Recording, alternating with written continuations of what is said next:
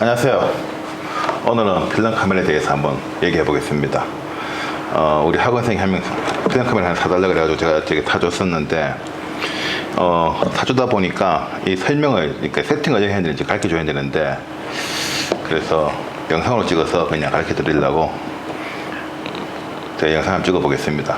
필름 카메라라는 게 있는데, 요즘에는 이제 이거를 좋아하시는 분들만 하죠.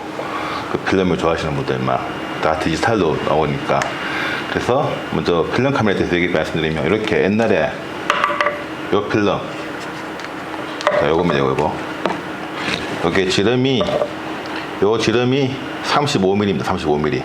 그래서 요게 35mm 카메라라 그래요. 요 필름에서는 카메라를 우리가 35mm 카메라라 그래요. 보통 우리가 소형 카메라라 그러죠. 그래서 카메라는 대형, 소형, 중형 왜 나누냐면, 필름을 뭐 쓰느냐에 따라서 소형 필름에 쓰면 소형 카메라고, 대형 필름에 쓰면 대형 카메라, 중형 필름에 쓰면 중형 카메라입니다.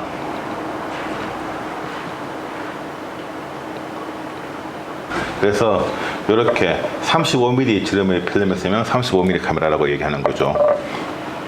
자, 그리고 요거부터 좀 더 상업용으로 썼던 필름이 뭐냐면 얘입니다. 얘 지름이 6cm.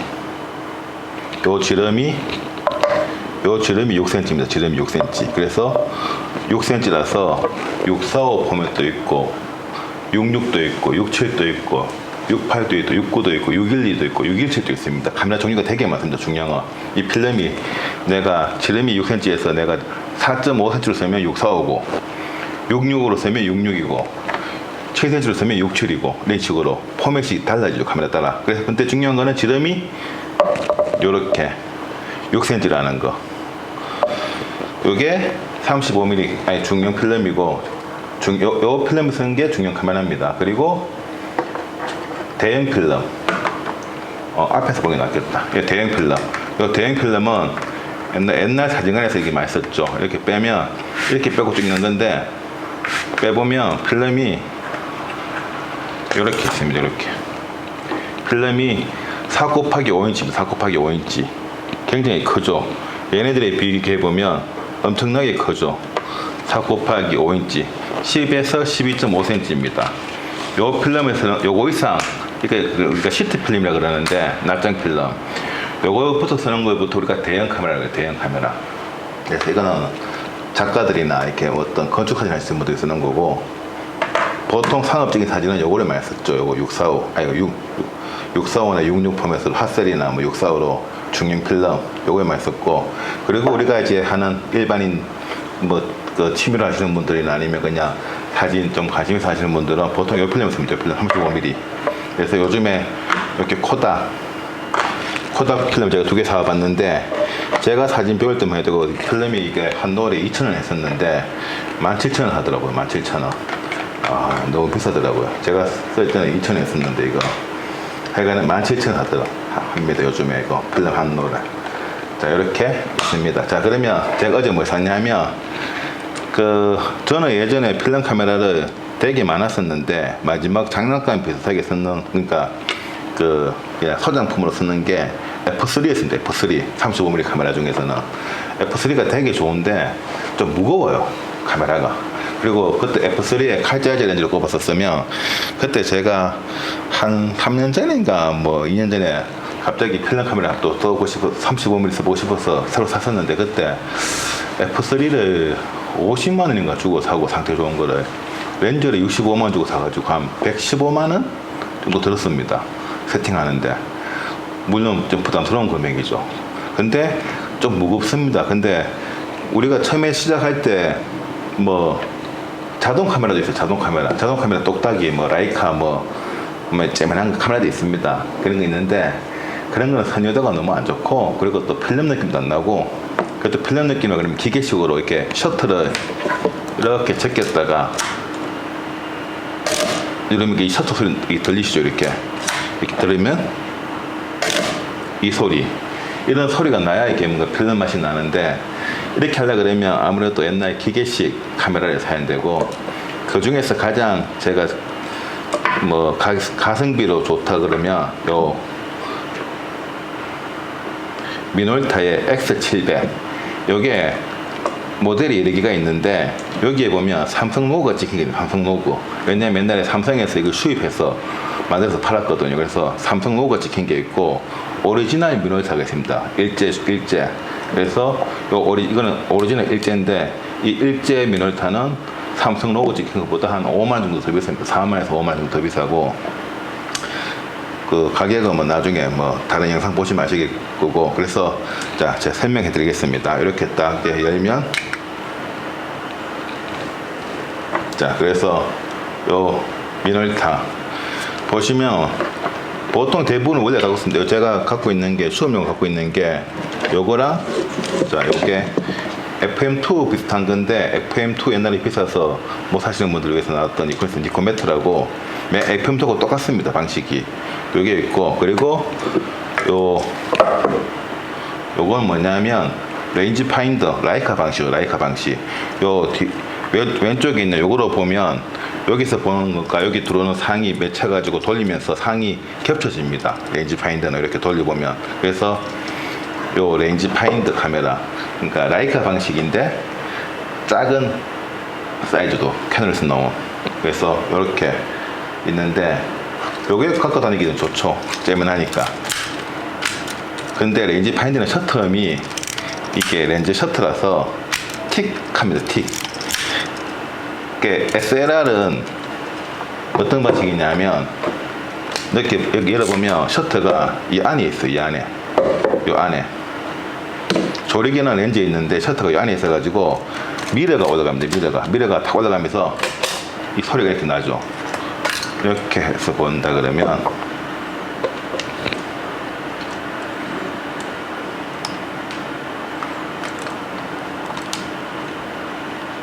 자, 제가 1초로 걸었습니다. 1초 그러면 이렇게 보면 미러가 여기 있는데 여기 지금 미러가 여기 있습니다. 여기 미러가 이렇게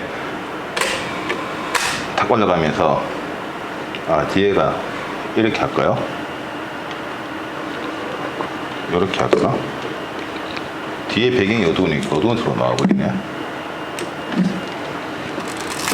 제가 손을 갖다 놔야겠다. 이렇게 제 손을 보이시죠? 이렇게 미러가 탁 올라가면서 셔터가 열려가지고 이렇게 찍는 거죠. 이렇게 B셔터 보여드리면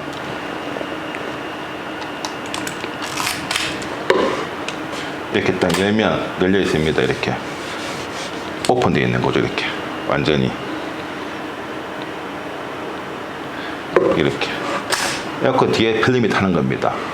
물론 이거 닫아야겠죠. 저기 때. 자, 그래서 카메라 사실 때 주의하실 게 뭐냐면 이런 카메라들이 다 30년이 넘었어요. 그래서 보면 여기에 보면 스펀지라는 게 있어요. 스펀지 여기 밀봉하기 위해서 이 카메라는 스펀지가 여기 있구나. 이렇게 스펀지들이 있는데 이 스펀지들이 다 사가 있어요. 옛날 것들이. 그래서 이런 것들을 점검해가지고 안 되면 새 거로 교체해야 됩니다. 그러면 이물질이 막 이렇게 흘러가지고 안에 지저분해지고 렌즈에도 막 낄 수도 있고 이런 스펀지들을 고무류다 보니까 한 30년 되면 다 샀거든요. 그래서 교체를 해버려야 됩니다. 그래서 그런 거 조심하시면 되고 자 그래서 원래 다 똑같으니까 제가 이거는 집어넣고 제가 X700으로 우회하는지 필름 우회 넣는지 설명을 드리겠습니다. 그래서 얘는 SLR 싱글 렌즈 리플렉스트 그래서 렌즈 하나로 보기도 하고 촬영도 하는 SLR이고 얘는 레인지 파인더 어디로 보느냐 하면 여기로 보면 돼요. 여기로 눈동자를 여기 대가지고 여기로 보면 이렇게 바로 비치겠죠. 상이. 근데 여기에 보면 째면한 여기 있잖아요. 여기로 들어와서 상이 거울을 통해서 요 상과 겹쳐줍니다. 보여주는 거예요. 그래서 딱 이렇게 상이 딱 모이는 순간 초점이 맞아지는 거예요. 레인지 파인더. 자, 필름 넣는 원리는 다 똑같습니다. 보통 카메라들을 보면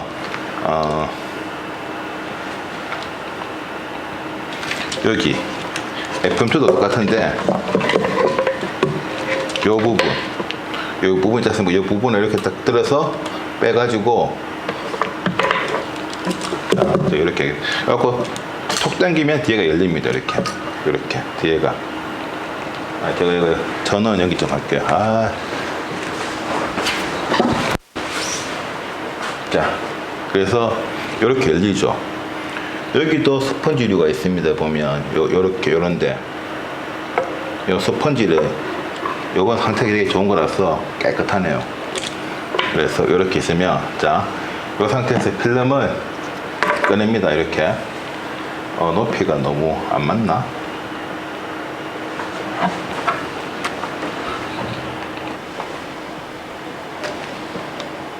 자, 그래서 필름을 요렇게 있으면 요걸 빼는 이유가 열기도 하지만 필름을 늘려보면 요게 탁 나와야 되거든요. 그래서 요렇게 넣어서 쪼로록 걸어서 그냥 톡 집어넣으면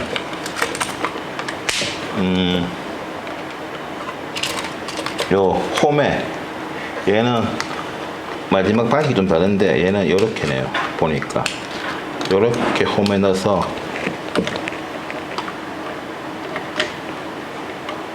요렇게 홈에 넣어서 이렇게 제끼면 요렇게 감기는 거죠. 보이시죠? 이렇게. 그래서 한번 눌러주고 자, 이렇게 감겼습니다. 이렇게 감긴 거 확인하고 닫습니다. 이렇게 닫습니다. 그리고는 여기에 보면 셔터가 있는데 여기에 보면 요를 제껴서 1이 나올 때까지 여기 있네. 여기는 1이 될 때까지 돌려주는 겁니다. 자, 이제 1이 됐습니다. 이렇게. 그러면 이제부터 촬영이 되는 겁니다. 촬영이 되고, 뭐, 이거 얘는 닫아줘야겠죠. 이렇게. 그래서, 지금부터 촬영하면 되고, 얘들은 노출계가 보통 보면, 저도 X700은 처음 써보는 거라서 한번 볼까요? 이건 불빛으로 들어오는 불빛으로. 우측에 불빛이 들어오는데, 이게 다 수동식이라서 내가 조리개를 이 감도가 딱 고정되어 있거든요. 그래서 처음에 카메라 넣었을 때 감도를 자기가 잡아줘야 됩니다. 감도를 몇인가. 이 카메라가 감도를 몇인가를 잡아주고 나서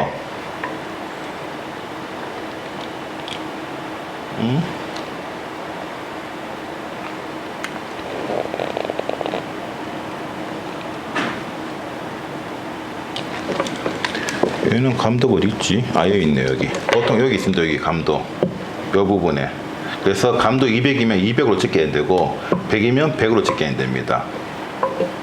감도를 얘네들도 다 똑같거든요. 감도를 다 이렇게 보면 감도가 다 있어요. 감도가 내가 필름에 감도 몇 냈는지 이게 자동이 아니기 때문에 그래서 감도를 먼저 세팅하고 그래야 노출이 정확하게 나오니까. 그래서 이게 보면 얘는 우측에 불빛이 들어오는데 이렇게 셔터 스피드를 내가 뭐 최소한 125분의 1초로 했다 쳐요. 그래서 딱 보면 살짝 눌러보면 불빛이 부족합니다.